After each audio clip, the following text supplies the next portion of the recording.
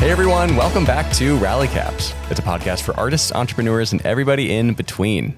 I'm Steven. I'm Eric. I'm Braxton. And today we are having an in-depth chat about vertical video and whether or not it is ruining filmmaking. Really like this idea. We're going to get a little bit deeper into it in a sec. But before we do, hey, if you're new around here, welcome. If you're a returning member of the Rally Caps team, thanks for coming back. If you're watching us on YouTube, please consider subscribing to the channel, liking the video. And if you're listening on your morning commute this beautiful Monday morning, hopefully it's beautiful, you could leave us a quick rating and review on Spotify, Apple Podcasts, or wherever you get your podcasts delivered. Eric, we have one more thing that we talk about these days. What is it? It's our Patreon. It is our Patreon. And I'm not going to make you do the joke this time, but you can join for free. It's free. It's free, which is great. A lot of great stuff in there. We actually just dropped a bonus episode of the show in there for free for everyone to listen to. And there are paid tiers there as well if you care to support the show financially. But yeah, go join for free. Enjoy.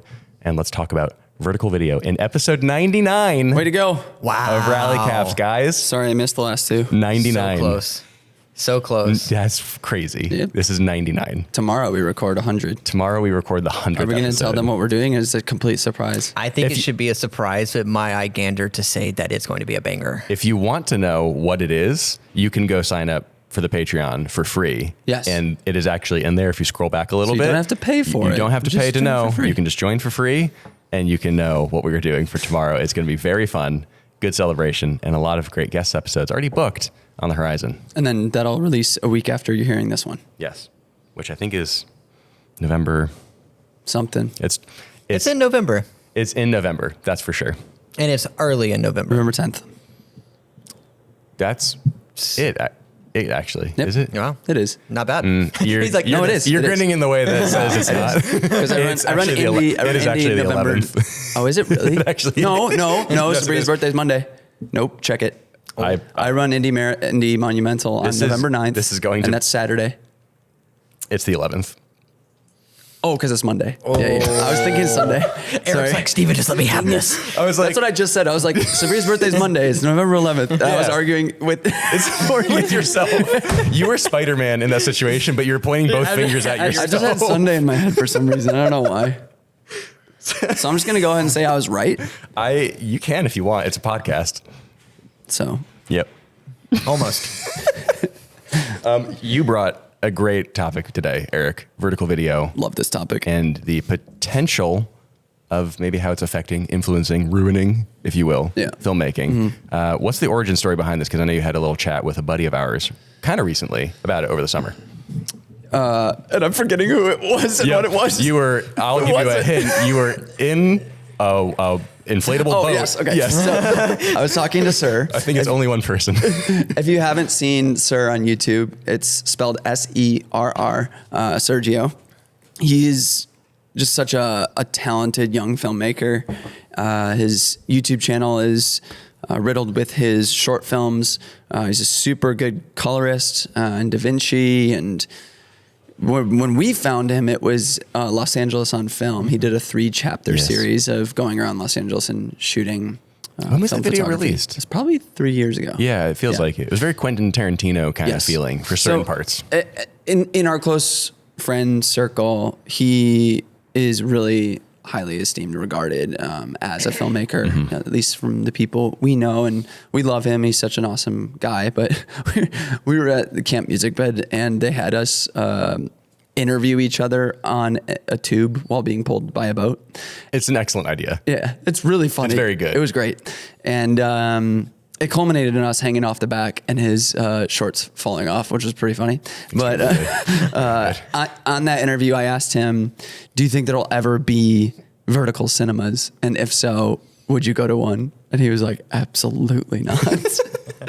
And I think that really kind of elicits the question of what separates, or I guess it elicits the conversation of, figuring out what separates vertical from horizontal and traditional 16:9 or 239 to 1 versus the 9:16 we're constantly consuming.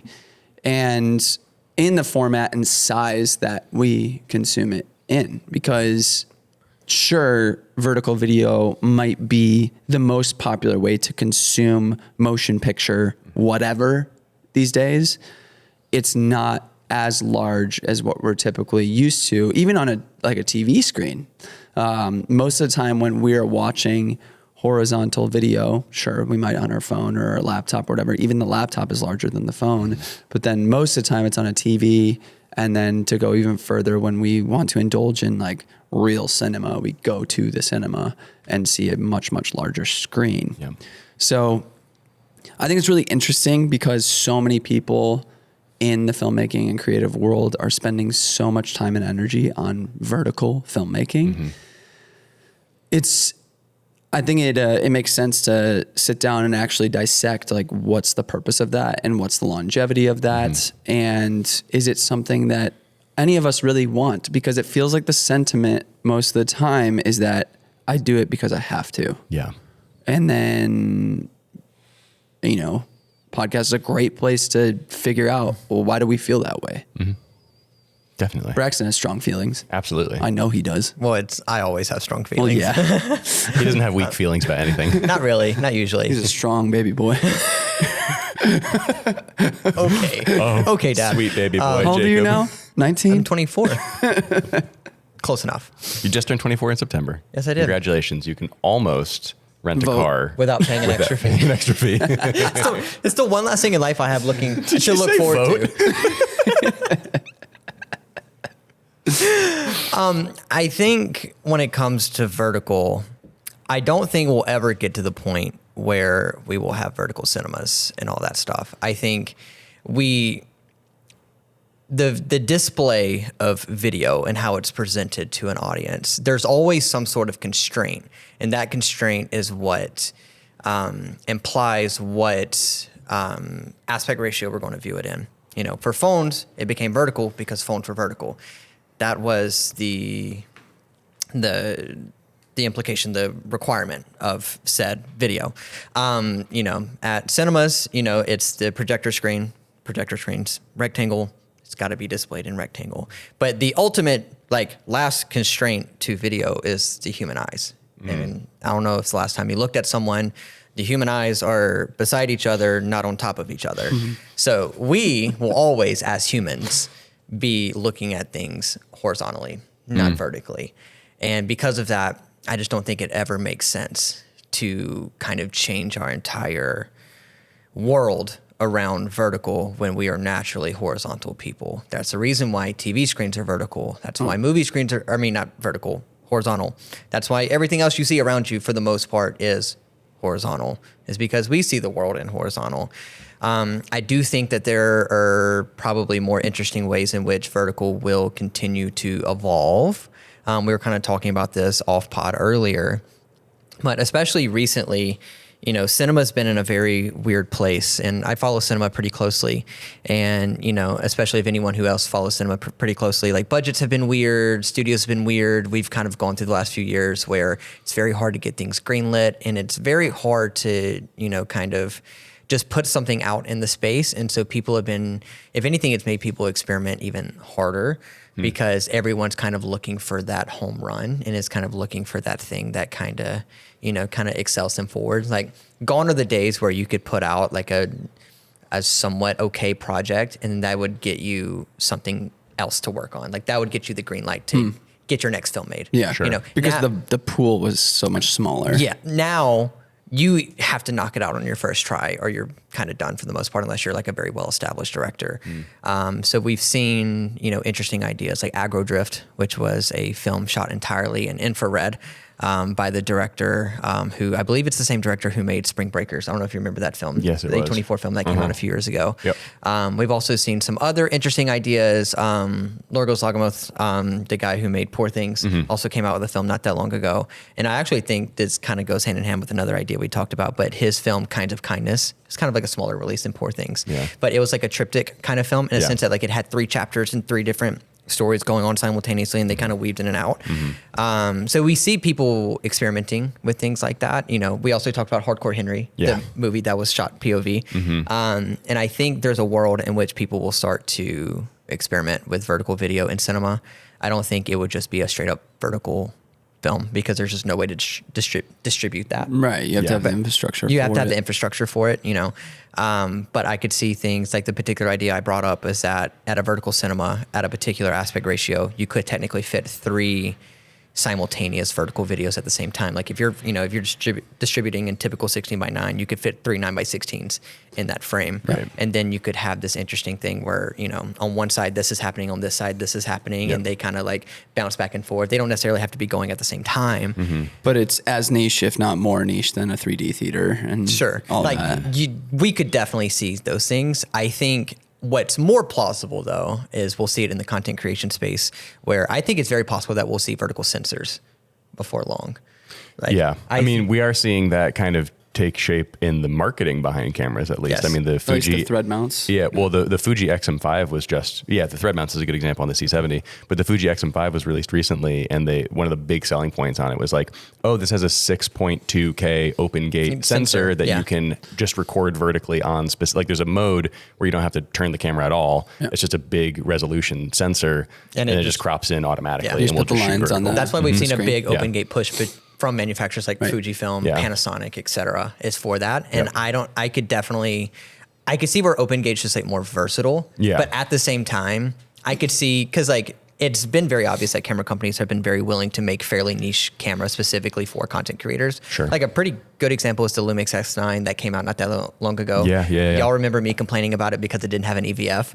But I mean, like that's a pretty niche camera to make a camera without an EVF with only a flip screen. That's a camera that's marketed almost specifically for content creators. Yeah. And so camera companies have been willing to go that far for content creators. Yep. I could see a world where they make a camera. They're like, hey, this is your camera that, you know, this actually brings up a really good point, and I've seen a lot recently, is YouTube rolled out a feature where it's, you know, live streaming, but it's vertical live streaming, and it pops up in your shorts feed. Yeah.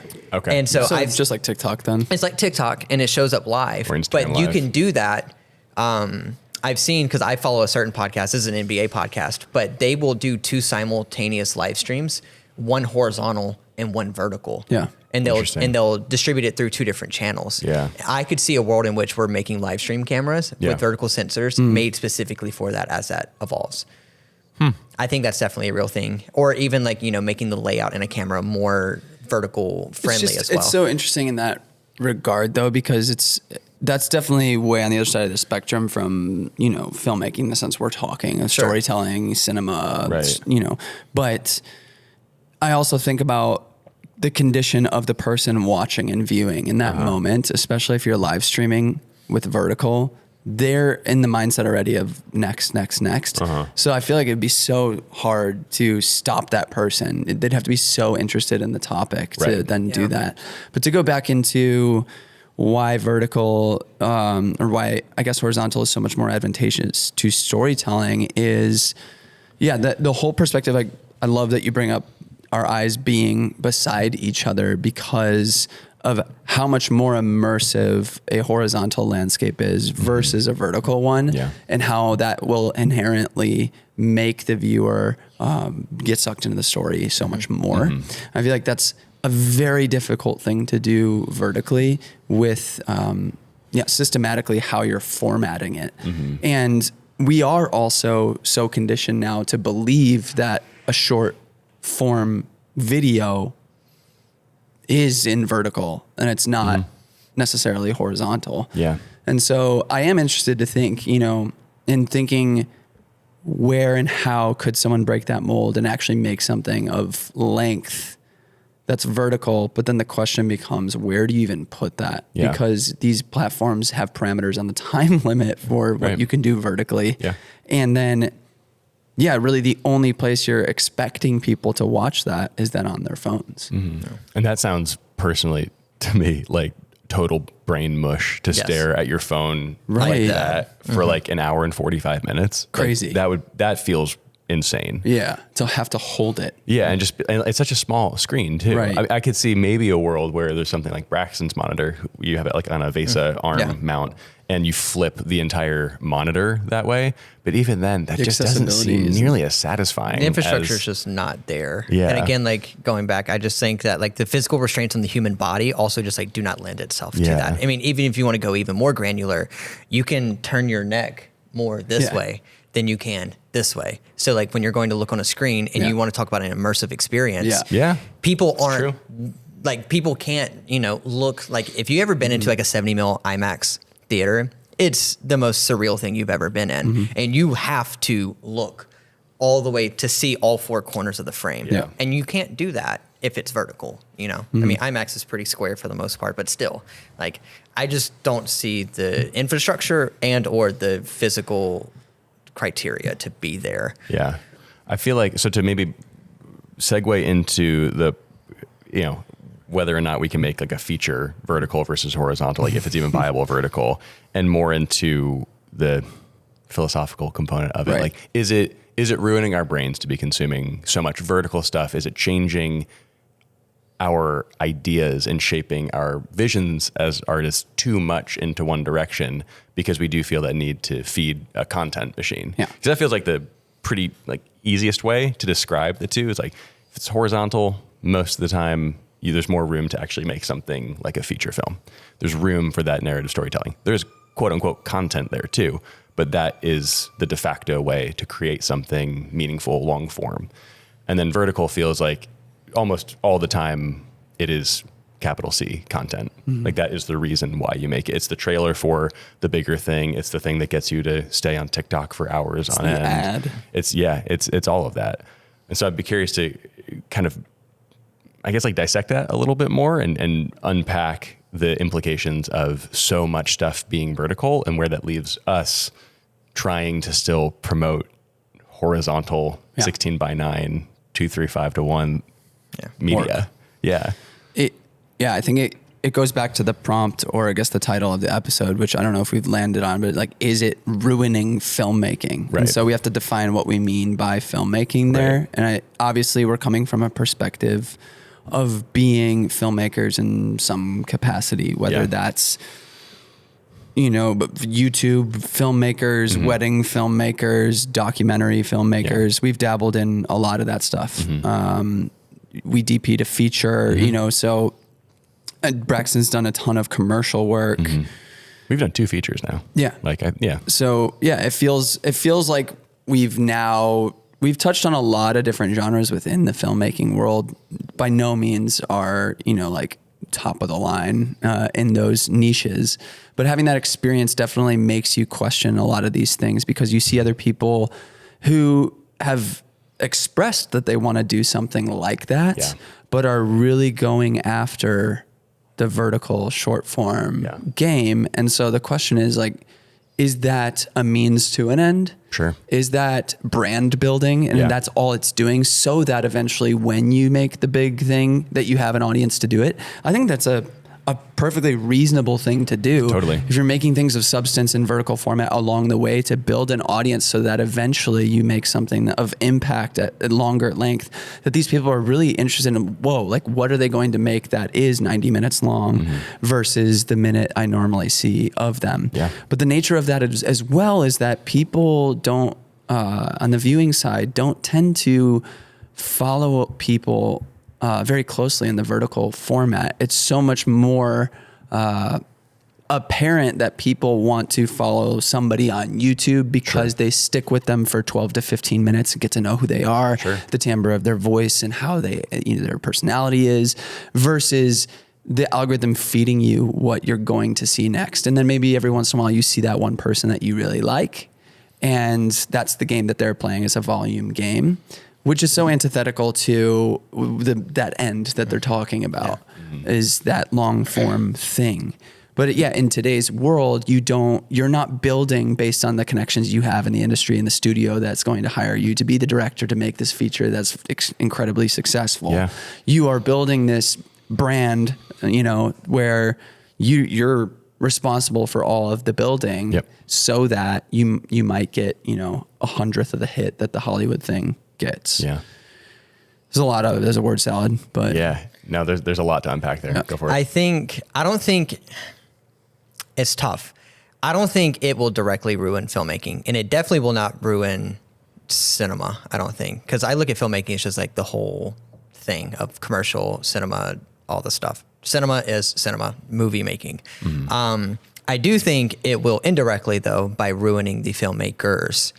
And I think the reasoning for that is, as you talked about, like people are kind of doing the short form game as a means to an end. Right. You know, a great example is our friend Danny Converts. You know, I think, you know, he grew a YouTube audience. Right. He did the YouTube thing. He was able to leverage the YouTube thing to make the feature that he wanted to. And he actually did it the right way, and I applaud him for it. He made an incredible film. He did. But I think there's a lot of people out there who are doing that. And I think the natural evolution of that is that now we will have the Instagram people kind of taking a similar path. We have the TikTok people making a similar path.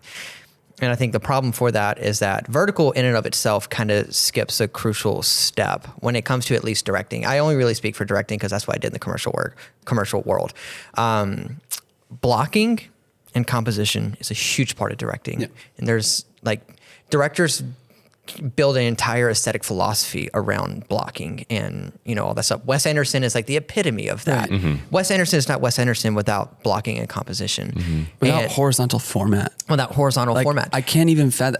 I'm sure he would do it well vertically. He'd be the one I'd be curious to see Right. actually take it on. right, Yeah. but in my perspective, I don't think it would be nearly as visually interesting. No, because, and going back to physical restraints that I keep bringing up, like I bring these physical restraints up because creative people like to just like question things, and they're like, well, why do we do it like this? Why can't we do it that way? And it's like, there's a reason why we've been doing it like this for hundreds of years. And it's, the world is also horizontal. You look out on the horizon. Are you and going it's flat Earth? horizontal. There's no curve at all. It's just a horizon. I can tell you that the horizon is definitely not vertical. So I can tell you that much. And you can say that the Earth is round also at the same time. The only thing you can definitely tell me is that it's not vertical. I can tell you that much. And so when it comes to shooting a scene, you cannot block two characters vertically. Like we can't just float like that. Very niche corner cases can we do something like that, but for the most part, you can't block two people vertically, but you can block two people horizontally. And okay, see that's interesting too. yeah, and because of that, we now have this new generation of filmmakers who are just center framing and moving on. Right. And or they're, you know, the people who are doing narrative, dialogue, whatever vertically, they're just switching angles. They're just doing over shoulder center frames and cutting camera. And they've never blocked two people in a scene. And any director who's watching this knows that blocking multiple people on a frame is not easy, especially when you've never done it before. And it takes a long time to learn it. There's a reason why features have multiple days of production where they just block. That's all they do. Yeah. Because it takes a long time to figure out where do these people need to be in physical relation to each other so it makes sense for the actors, but also it makes sense for the camera. Right. Because what looks in real life does not always translate to camera. A good example is when we shot remember that music bed video that you shot like 2 years ago at my old apartment? And there's a shot where I'm like looking at the iMac. Yeah. My face in real life in that video was here. Yeah. If you're watching right now, my eyeballs were half an inch from the screen. But on camera, it looked like I was at a normal, you know, distance away from the screen. And because if we pulled you back at a reasonable distance, you covered the entire computer. And all that to say is that we have a new generation of people who aren't learning that in particular. And I think that's kind of scary in a way. Well, the physical parameters as well in vertical don't allow you to have multiple people in the scene because the natural world is that you're sitting side by side. Right. Yeah. You can't be stacked on top of each other. Right. There is like almost like a surrealist component that comes with vertical is like anytime you see stuff happening there, you know, oh, well, realistically only one person can fit there. Right. Nothing like if a person walked into the top of the frame, that wouldn't make any sense. It's not even possible. Right. So your brain is like attached to the laws of reality. Right. in that as Again, well. And then to get creative out of that, you're stacking two images on top of each other, maybe to make it work, but then it takes you out of the immersion of the experience, Right. like you're there. So maybe there's experimentation that's possible Sure. for like a super experimental thing, but Yeah, then it's not immersive anymore Mm-hmm. because a movie sucks you in a way that makes you feel like you're involved in that universe. Mm-hmm. And if your brain is constantly trying to make sense of it on like a tangible level Mm-hmm. and interpreting it, saying that's split screen. Oh, that person up there is also in the same scene as that person, but I'm just seeing it up there instead of just side by side in a horizontal format. right.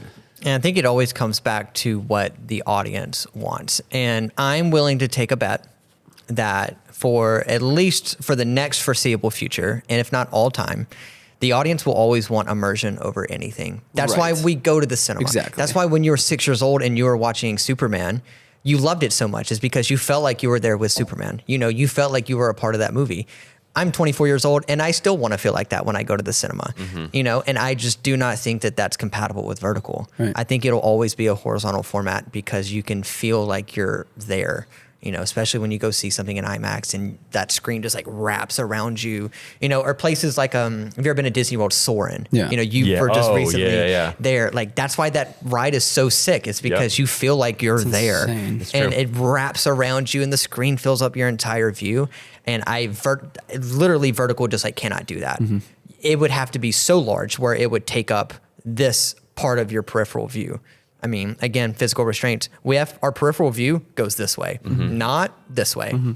So I'm trying to search this right now, actually, because I just remembered we've kind of encountered this already. Was that streaming platform Mubi vertical only when it first started? Do you know what I'm talking about? MUBI. Oh, Mubi? Yeah. Was that vertical only? I thought there was an app that was released that was like, they're like 10 minutes. You're not talking about Mubi. I'm not talking about Mubi. Is something That's else. a different thing. Mubi's talking a about movie Tubi? distribution. Was it Tubi? TUBI? It was the platform that like fell off very quickly. It did. And it got trolled online I for thought it. it was Tubi. Was it Tubi? There is a Tubi that exists, but this is like ties exactly into Yes. what we're talking about. Tubi TV is a thing. No, that's a streaming platform. But it is a streaming I know exactly what you're talking about, and it kind of came in the gap between before TikTok got really famous, and it was, it was after Vine, and it was after Musical.ly, but it was right when TikTok was like still like kind of looked upon. Vividi? Huh? Was that one of them? No, Musical.ly. Musically. Yeah, That's what it it was was. musical.ily. Quibi. Quibi. That's what it That's was. what it It was another Something And it was BI like, at the end. and Yeah. wasn't it like 10-second movies is how it was marketed or something they like were that? like 10-minute movies. Or I 10-minute guess. movies. And they even had some like good actors in the first Yeah. ones. I'm pretty sure like Liam Hemsworth was involved in one of them. And I think even, I'm forgetting his name, but he was in Spectre, the James Bond series. He was the villain. He was in are you- Inglourious Bastards. What's his name? You're talking about Andrew Scott? Brad Pitt. No, it's not him. Hang on, now I need to search that too. Spectre villain. Here we go. Christoph Waltz. Oh, Christoph Yes, Waltz. I'm Okay. pretty sure he was involved Yeah. in one of them Okay. too. But the first article on The Verge first article that I see about Quibi is from The Verge and says 11 reasons why Quibi crashed and burned in less than a year. Yeah. And I believe it Whoa. was just Read like, some of them. let's see, how fast can I read and talk at the same time? They don't just had- have like a title. wow, they Like had 1 through 11. they had raised like $2 billion before it even launched. And let's see if they number them. Nearly all of Quibi's shows were terrible. That's the first one. Okay. So there's that. Again, how do you make it interesting? Yeah. To hold it in your hand and be like committed to that for a whole evening because you're going to want to watch more than 1 10-minute film. Reason 8 was if I'm on my phone, I'd rather watch TikTok. Yeah. Yep. You know, I'd like to short that. And that I feel like that's so indicative of this whole conversation is like Right. short form, vertical stuff. Vertical is typically short form. Yeah.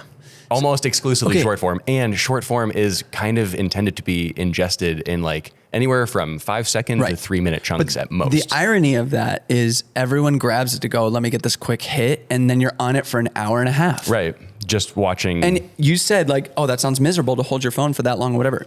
You do that. Like we all well, do yeah, that. I don't, but But most people most do people that. do. That's I true. mean, like, You can it's- easily do that. I mean, it's the same relationship with just like, and I do not mean this to degrade anyone who makes short form content, but it Agreed. is kind of like That is a good thing to say right now. Like props to you guys. We've done it, like, you know, but it is kind of like I hate to use this comparison because I can't think of a better word, but it's kind of like the fast food of content consuming. You know, you go to McDonald's to get a quick meal.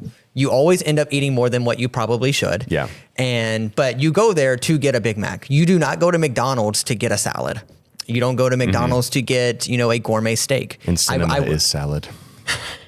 What? Cinema is salad. Like, even if you could get a steak from McDonald's, I don't know if I would trust it.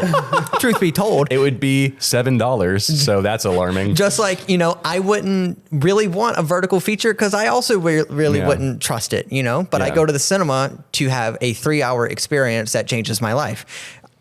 There's a very popular video in the studio of me bawling my eyes out after watching We Live in Times. You still need to see it. I need to watch that movie. I cried more times in those probably 5 hours during the movie and after the movie than I have in the last decade and a half of my life. That's crazy. Is it mostly because of Andrew Garfield? It was all of it, but a lot of Andrew Garfield. All of it because of Andrew Garfield? That whole movie, like, it wrecked me. Wrecked me. I mean, that had to be a contributing factor because you love him as an actor. I love him so much. Yeah. But all that to say is that, like, we're not going to vertical for that kind of experience. We rather scroll on TikTok. Yep. We rather, you know, get the quick hit, the quick consuming, get back to work, whatever. Yeah. It's commitment. And that's what I actually want to circle back on also, is that the same people that you mentioned will spend an hour scrolling through a bunch of things, put a different phone in their hand, and it's only one thing that they get to watch for a full hour. No way they're making it through. Right. The reason they're going through all those things and they can stay engaged is because every 30 seconds it's changing. That's the dopamine cycle. I'm it. It me. But it's like, it is a fascinating discussion though, because I feel like even at this point we've almost kind of separated filmmaking and vertical. It's like, I don't think vertical is ruining filmmaking because it's not even in the same ballpark as it. Ooh. It's almost like a different thing. Yeah. True. I mean, in the classic cinema sense that we're talking about, it's like, yeah, and to the point of, like, not to disrespect whoever's making it, I think a lot of people are making short form stuff that is, like, beautiful and cinematic and is storytelling, who might hear that and just be like, what on earth? Like, of course I'm a filmmaker. And that's true at the same time. It's really hard to sort of put parameters on it. Yeah. But I think if you have an open mind and are all right with, like, seeing the criticisms there, because at least anecdotally from what I experience and friends and people who I know that make vertical content who are, like, very much filmmakers and really talented at doing it, aren't super satisfied in making short form stuff. Yeah. Like, it always seems to be that, you know, to bring it back to what we said at the beginning, that this is a means to the end of making something so much more substantial with a group of people, with a set, with a full production, and they want to do the traditional thing. And so, I think it's really helpful to sit down and try to analyze for yourself if you're in that cycle and you're feeling that way. Because I feel that so often that I'll make short form stuff, even YouTube videos, or I think that's really what ended up birthing the doc. Was when I met Joe 3 years ago, I had this feeling of, like, I want to make something so much larger. I want to make something that showcases our ability to tell a story over a much longer period of time. Right. We've been rinsing and repeating the 5 to 15 minutes for a while now. What would it look like to extend all these skills into something much larger? And it was the perfect case study at that point to be able to unravel a story that needs that much time to be told. I hope that resonates with people who are listening, who are in the filmmaking game right now, but to at least encourage in the sense of, like, I personally, like, my perspective of it is short form is a really great way to market yourself, to build an audience, and to practice your skills. But to Braxton's point, I don't know if it's necessarily going to satiate your desire to be a filmmaker at large over the span of decades. Yeah. I completely agree. And to be, like, super explicitly clear, not trying to disrespect anyone. And I know you are. And any of this. Like, when I say different ballparks, I mean, the title of this episode is something along the lines of, is it ruining filmmaking? I think there's traditional filmmaking. no, I don't think it's ruining that because that's just in a different league. That's a different beast to tackle. Then there's this other ballpark that is new wave filmmaking. Like this is a totally different genre that we're in. So I don't think it's necessarily ruining anything that's pre-existing. I think it's paving a way for something just different. And whether or not that does satisfy the traditional side, the longer form, the, cinema verite, whatever it is that you really want to dig your nails into, like, I think they're just two different things entirely. Yeah. And yes, I am using ballparks a lot because the World Series ended last night and the Yankees got slapped. And that does make me a little happy because that means the Mets went farther than the Yankees against the Dodgers. And I do need to mention that because God bless Freddie Freeman. That's fair. God bless Freddie Freeman. I was really hoping he'd hit another home run that game. The walk-off grand slam. Would have been nuts. Been the first game. The first game. Yeah. Crazy. Yeah, Mets went further. That's just all. Steven can now rest happily. I do rest a little more happy, even though we lost. We didn't make it to the World Series. Hey, that's a dub for the Mets. That is a dub for the Mets. You got to take the wins when you can get them if you're a Mets fan. Our series against the Dodgers ended 4-2 instead of 4-1 Yankees. Yep. Yeah. I was disappointed for them also. I know. It was sad. I know. Yeah. Good job, Dodgers. My wife's from California. I have to give a little coods over there. Little coots. Oh. So there's a different ballpark. There's a new wave kind of filmmaking genre that we are experiencing. Yeah. And it is shorter form. It's not necessarily what we're used to. It's not the films that we have worked on so far. Yeah. But it could lead to something along those lines if they wanted to. Yeah. But at the same time, I do think it also needs to kind of stay where it is. I just don't see a world in which vertical could translate into cinema or anything like those lines. I could see it maybe translating into advertising more. Yeah. As advertisements get more clever and more, I envision the side of like a bus stop. The bus stops have like little glass that you sit under. The side of that turns into a screen. We already kind of see this in the loop sometimes. Yeah, they exist. I could see vertical stuff doing there and stuff, but cinema in particular, I just don't see a world in which it happens. It's short. It's all short form. It's all short. It's all in a way where you can consume it while you're walking by or whatever that is. Like you don't experience the same fatigue having to lock into, again, like a 2 hour, like a Christopher Nolan film. Right. Watching that vertically on a phone would feel crazy versus just consuming like the little short form Imagine watching things. Tenet vertical.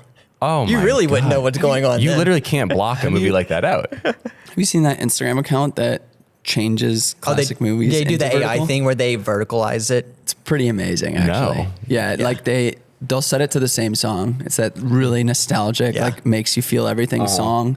And they'll play scenes from your favorite classic films. Like they took The Sandlot and turned it into vertical. Wow. So it's like a full 90 seconds of scenes from the film, but it's in a way you've never seen it before. So it's kind of interesting, but You'll even see that's short. The full sky. Even that short and Right. Yeah. It's like a novel thing. Right. Yeah. But it pulls on those heartstrings, which is really interesting. And I think that's really one of the last things I wanted to discuss is that using it as a vehicle for marketing.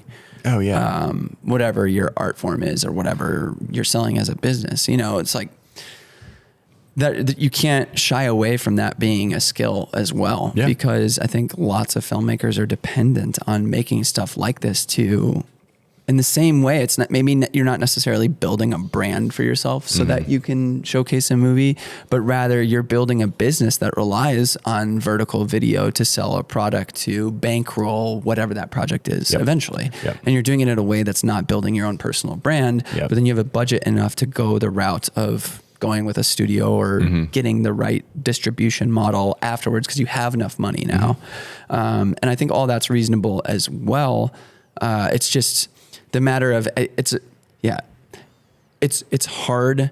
I don't know if morally is the right word because then you're like, am I contributing to this thing that we kind of all, at least in this circle, agree to be this fast food that people are consuming all the time? And I think it can make you feel a certain way when you work so hard on something that ends up being 30 seconds and consumed in a sea of pieces that people are watching over the course of 30 minutes. And it's just so forgotten so quickly. Yes. And then all the feelings tied to that of like, does the work that I'm creating matter long term then as well? Yep. And that's something I feel to my core is whatever I put out online, always in some sense, I want it to affect people in some way where they walk away feeling something, whether that's something emotional, it's something to help them with their own business, their own creativity, that at some point they can come back to me if they say met me in real life and are like, that one thing I watched really affected me. And I think it's so few and far between that stuff is happening with the short form nature of vertical. Yeah. But to that, and like, that could be a great challenge for you to try to make something that within 30 to 90 seconds, and some of those do exist as well. Some of those skits where you're like, oh my. So cool. Yeah. So cool. Yeah. Two-parter. One, I feel like, at least speaking personally, I don't consume vertical video really ever. So as an ask to Rally Caps fans, if y'all have like accounts or folks that you recommend we listen to that are making really meaningful stuff, please leave a comment on the YouTube video. And on Spotify, you can actually leave comments now. You've been able to for a while, but we don't talk about it. Leave a comment on the Spotify episode as well. Like fill us in, fill in the gaps. Fill me in at least. Like I don't know, really, I don't have a ton of context for this, but I would be interested to see what people are doing. And two, I forgot. Dang. Because You pulled a me. I really went on that one a lot. I think to that point as well, there have been plenty of people that I feel that way about, and I can't name any of them right now. I can think of like two that like stick out. Like I know there's a guy, what's his name? I think his name is, Right. I could be saying his name wrong, but I think it's like, I do think that also brings up an interesting point of just like the vertical space as a whole, that we can name the pieces of content, but we can't name the people behind them. Yeah. Whereas in cinema, you can name the people behind them. Yes. But anyway, I think his name is William Baker. He's the guy, I think he does a lot of work with Aperture now, but he is the guy who like will recreate movie frames at home, like kind of like on a budget. He's done a lot of work with like specifically, what's Aperture's like offshoot? Amaran. Yeah. Because it's more like, making stuff at home, whatever. I think I literally He saw a went video hella of his viral last for night. making like recreations of Oppenheimer. He recreated like the spinning thing and all of that. Yeah. He's one of them. There's the other guy, his name's like Adrian. He got That's who I thought of. He's a guy who like does a lot of like the car POV shots in his Instagram reels and stuff. Those are like the only two people that I could think of that like. But a lot of time he's educating on filmmaking. I guess I haven't seen his whole library of stuff, but I feel like whenever that stuff pops up, it's very like, here's how you can get into filmmaking yourself, as opposed to like traditional storytelling. Sure. Even though it's shot like a movie in vertical format. Yeah. The other thing I was going to say, I just remembered it, was I think, if anything, we will only see an increase in storytelling ability and quality across the board, because that is obviously the way that advertising is going. So naturally, I think more studios and independent filmmakers will have to kind of accommodate this vertical format. And I think because of that constraint, we will almost definitely see more improvements, more techniques, more things that we've kind of talked about, whether that's using a couple different frames in the shot or blocking things differently that we can't think of right now. Like, because advertising is going that way, naturally, I think the filmmaking quality will rise with it. Yeah. But I think that brings up like a good final point of why I think horizontal will always trump over vertical, because you can always, because we talk about marketing and advertising and redistributing and all that stuff, you can always go back and redistribute vertically from a horizontal piece of content, but you can never go redistribute horizontal from a vertical piece of content. That's a good point. Unless AI. Which is but that's a the whole other topic I was going to float out. That's a whole dirty topic. That's Today. How long are we at on this episode? We're at 44 minutes. Just to briefly touch on that. Let's briefly touch on AI. Yeah. Because like Maddie Apoya put out a video yesterday. It was like, here's my voice talking, and it was a guy in a like scene. a video game character. Yeah, and then it changed his voice, and you're like, oh yeah, in like 2 more years, this is going to look like actually real. Yeah. And so, then it starts to become like, does any of it matter at all? Because which I think also brings up a very interesting conversation around 2 points specifically, which these might be extra ending topics. Yeah. If you want access to that, paid Patreon, link in bio. Anyway, I think that we've talked for years. I think in the photo video industry, the barrier for entry was always really high, especially for cinema. The barrier for entry was really, really, really, really high. And over the last few years in particular, a lot of people have preached that it's so great that the barrier for entry is getting lower and lower and more people can join, which I don't necessarily disagree with. But at what point does the barrier for entry get too low and it becomes a bad thing?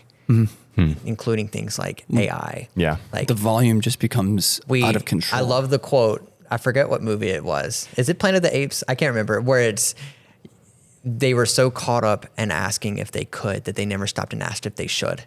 You know, Right. and if we make the barrier for entry into creating too low, what comes out the other end of that? Which I think also is another conversation around, we've made the barrier for entry for education so low. We never stop to ask if that information is quality and what comes as a result of poorly managed moderation of information for what we do as well.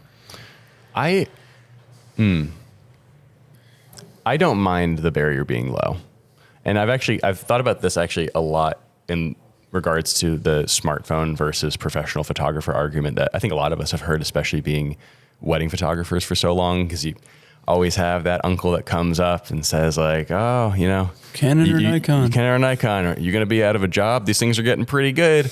And the funny thing about that to me is like, yeah, we live in a world where we have more photos than we know what to do with. And I think in a reverse way, like one, the democratization of good enough quality photos is awesome, because that means people can get great photos and don't have to buy like super expensive camera kits or feel pressured to like have a camera if they're content with their phone. And then on the flip side of that, there's such an oversaturation of those types of images that I actually think in a weird sense, it brings our value up, because the difference between what we make and what is out there ad nauseum is such a stark contrast. And there's obviously the whole service component, the personality behind the camera and everything. But even just at a camera to camera level, I think the oversaturation in a reverse kind of way kind of plays to our benefit in that we don't have to like prove the difference as much, because you see 1,000 to 1 smartphone images versus a high quality professional image. And more often than not, they'll be like, wow, that's so beautiful. That's so different also than what I can take on my smartphone. So not that you can't create great stuff with a smartphone also, but it all comes down to, I don't know, there's just so much nuance in a topic like this. There's so much room for discussion. It's impossible to parse out in an hour-long episode and a 5-hour-long episode. But going back to the kind of like dissemination of information, the bar getting lower and lower, I don't know if that's necessarily a bad thing, because I also think there will be kind of a natural culling of people who try it because they can. And then they're like, it's not for me. I'm good. Right. I'm cool. I'll do it for a few years. And I want to switch career paths now. And if you're established at that point, those people aren't a threat to you and your business or what you're doing. I think what's also interesting is, I don't know where I heard this recently. It's obviously a strong sentiment. People make, like I believe Gox is releasing a video right now. The whole concept, steal like an artist, or artist steal. That's a really formative part of the artistic process, is you replicating what you see and what you are inspired by for a while. But the differentiator after that time is the whole concept of what makes you different and how are you going to express that in a different way.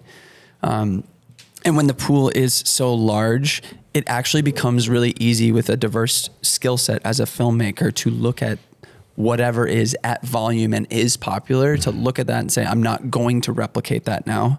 I'm actually going to steer into this other lane that's going to make people turn their heads and say, why is that so different? For sure. And then if you have something profound to say while doing that, visually, audio, story, it is going to stand out. It is going to be the piece of work that sticks with people and then inspire them to maybe want to do something like that of their own. Yep. Agreed. Yeah. Anything else we want to cover? Stories. I feel like Instagram stories are vertical. No, we don't need to go there. You're like, no. Bring back Quibi. This is our official petition to bring back Quibi. Yeah, I'm trying to think. I do have one other thing we could chat about, but I almost want to save it for extra innings. I'm about to say, I have some things for extra innings. You already do? Yeah. Okay. I've been keeping mental notes as we go. Awesome. Well, all your unhinged thoughts. Oh, yeah. what time are we at now? We are at 50 minutes. Okay, let's maybe close out then to include and fold in some of the photo folks who are listening. Yeah. I kind of want to apply the same concept to photography because I was recently interviewing our buddy Benj Heish for the Mosaic newsletter. You can go subscribe to that. That's also a free thing that you can get a lot of value from. Please do that. Interviewing him for that. And one of the things that he mentioned in that conversation was how the inclusion of vertical photos by Instagram to go beyond the 1x1 square crop and to allow vertical photos and to frankly really promote them and heavily promote them. He noticed pretty early on after that happened how much his galleries that he was delivering for his wedding clients started to lean more vertical, how he was so much more often taking vertical photos than landscape photos because in the back of your head, you're thinking, oh, this one would do great on Instagram because it's vertical and because that takes up more of the screen. Even your clients might want to post that more. Yeah, no, absolutely. And so there's also, I think, that very real challenge for photographers as well. We could apply all those same things to the photography side where, same deal. Our eyes are still side by side. Landscape photos in a lot of ways feel a lot more satisfying than vertical photos. Portraiture is kind of a mixed bag there. Those are maybe a little more vertical leaning. There's obviously a room for vertical images, but it was fascinating to hear someone of his prowess. Even he, as long as he's been in the industry for also, this is his 17th year as a wedding photographer. For him to notice a difference in his own shooting style, for how long he had been in it, and to be like, oh, wow, I'm shooting vertically a lot more because of this social media change that has occurred. We stopped shooting for the print and started shooting for the posts. Right. Whoa. Wow, Dude. I did not mean it to be like that. Dude, I clip just that. Clip that. Clip that, dude. Did not mean Chat, it like you that. hear that? That was crazy. That was pretty crazy. But That was I mean, awesome. it is true though. Yeah. Where I even as I still photograph weddings, and I've noticed that myself. Yeah. A great example is bridal party individuals. Bride with all of her girls. You're taking those photos vertically, so after the wedding, she can be like, "Oh, congrats, girly." They're not printing those photos anymore. It's interesting.